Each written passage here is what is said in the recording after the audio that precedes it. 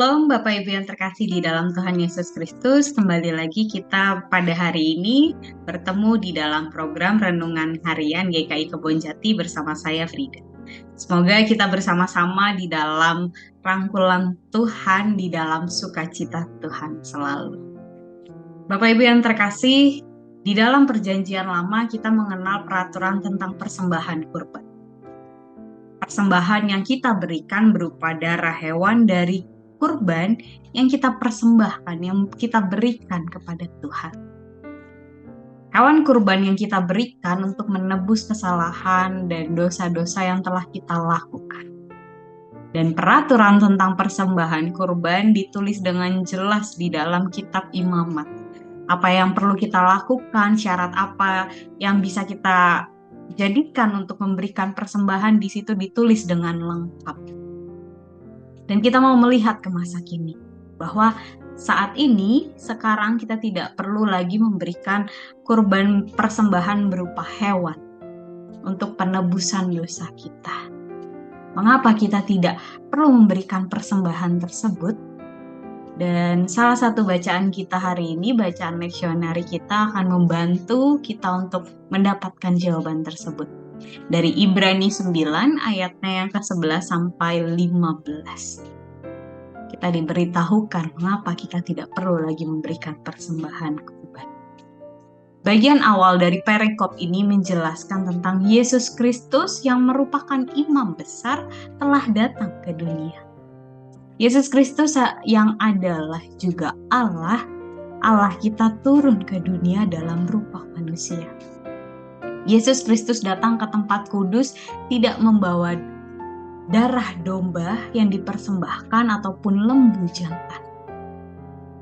Percikan darah yang digambarkan sebagai simbol untuk menguduskan mereka yang melakukan dosa sudah tidak lagi dilakukan, dan Tuhan Yesus tidak memberikan persembahan itu.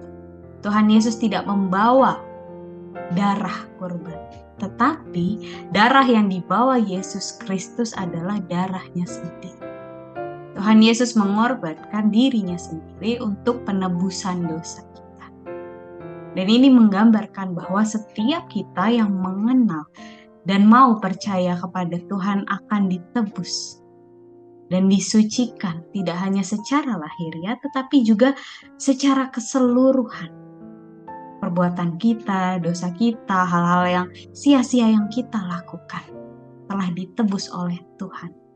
Dan pada akhirnya kita tidak perlu lagi mengorbankan darah hewan, karena Yesus Kristus sendiri telah mengorbankan dirinya untuk kita. Allah kita Yesus Kristus sudah menebus dosa kita sepenuhnya. Kita tidak perlu lagi mempersembahkan hal tersebut, mempersembahkan darah hewan tersebut secara rutin. Kita mendapatkan pengampunan yang kekal karena Yesus Kristus. Kristus adalah pengantara dari suatu perjanjian yang baru. Dan ini jelas dituliskan di dalam Ibrani 9 ayat yang ke-11 sampai 15.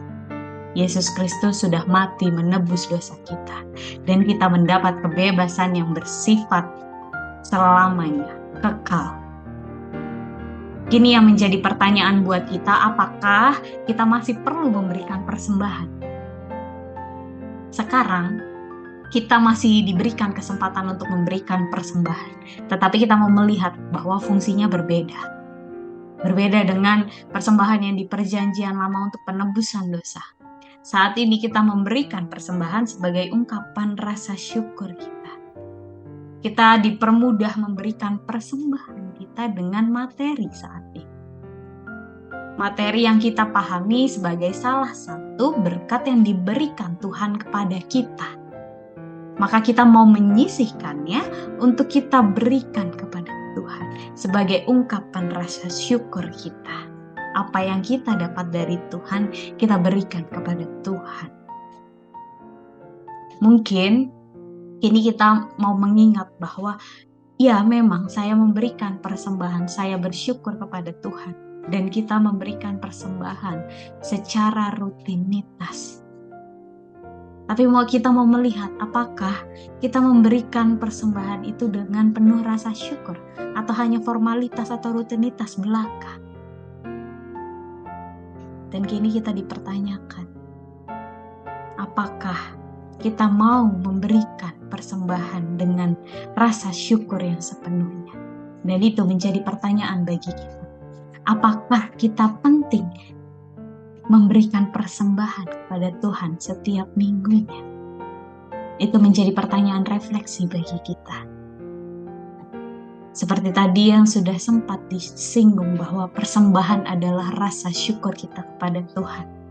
Karena Tuhan sudah menebus kita, memberikan kita hidup yang benar.